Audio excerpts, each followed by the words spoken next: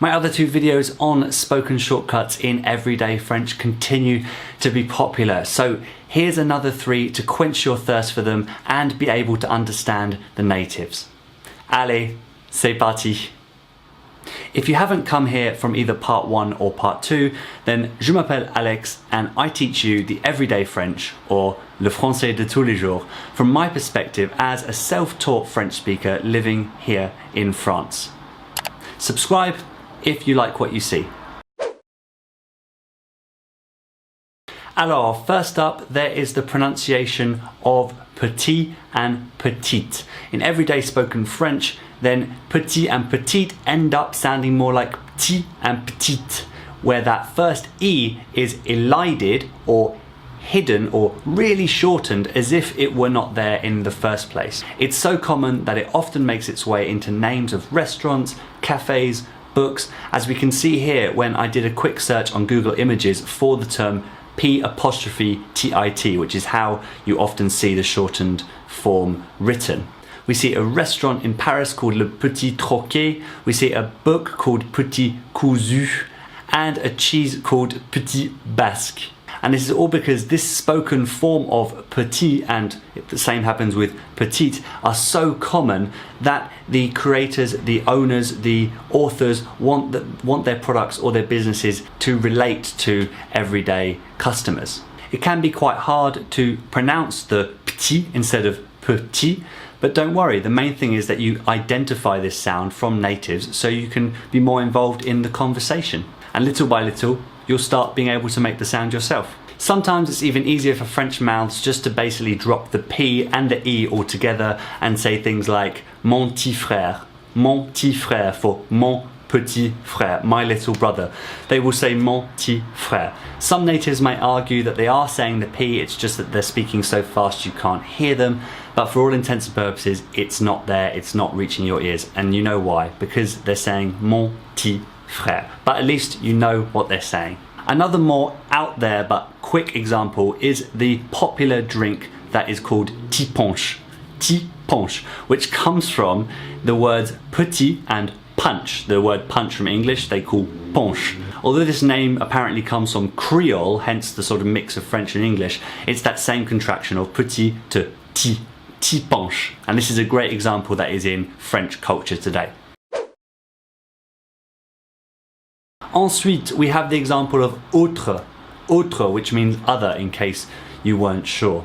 On its own, with an article, you say l'autre or un autre or une autre or les autres for something plural.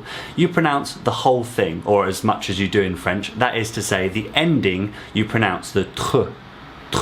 You also pronounce the end of this, that is the tre or the re, if the next word starts with either of those sounds, but you squish them together so you only say it once. So something like l'autre remède, like the other remedy, is l'autre remède, l'autre remède, l'autre religion, l'autre religion, l'autre religion, l'autre religion, les autres traitements, les autres traitements. So you have here a plural one, les autres traitements. This becomes les autres traitements, les autres traitements. This in itself is a shortcut, as you can see, where two sounds become one. But the other part of this shortcut that I want to talk to you about is when the next word does not contain the tr or the r at the start. Well, what happens then?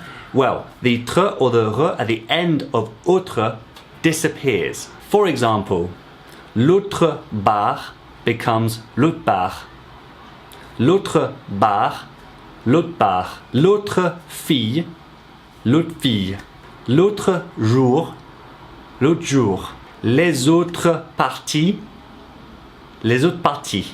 The spelling doesn't change, I just changed the spelling here to help you see that the sound at the end of autre is not pronounced. Troisièmement, le mot avec.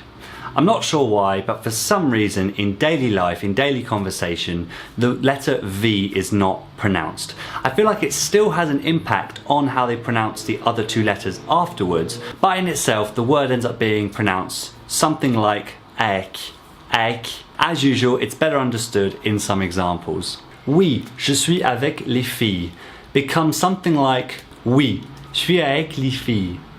Oui, je suis avec les filles. Oof, that is a tough one even for me now. That suis that you heard is one of the shortcuts I mentioned in part 1, so remember to go and check that out after this video. A link is down in the description. Voila, that is it for part 3 of my sort of what's becoming a series on shortcuts in spoken French. I hope they continue to make you go, oh yeah, I've heard that before but didn't know what it meant, and that you're able to start using them in your daily conversation. If you enjoyed this video, don't forget to go down below and click on that like button. If you're new around here and like what you see, do consider subscribing by clicking on that big red subscribe button. I post here every single Wednesday. You can also find me posting every day on the week's theme over on Instagram, and there is always an opportunity every single day on my Facebook page to interact and practice your writing on a different topic. But for now, merci d'avoir regardé. À la prochaine. Ciao. Become something like oui, je suis avec les filles. Oui, je suis avec les filles. Je suis avec les filles. Je suis avec les filles. Je suis avec les filles. Je suis avec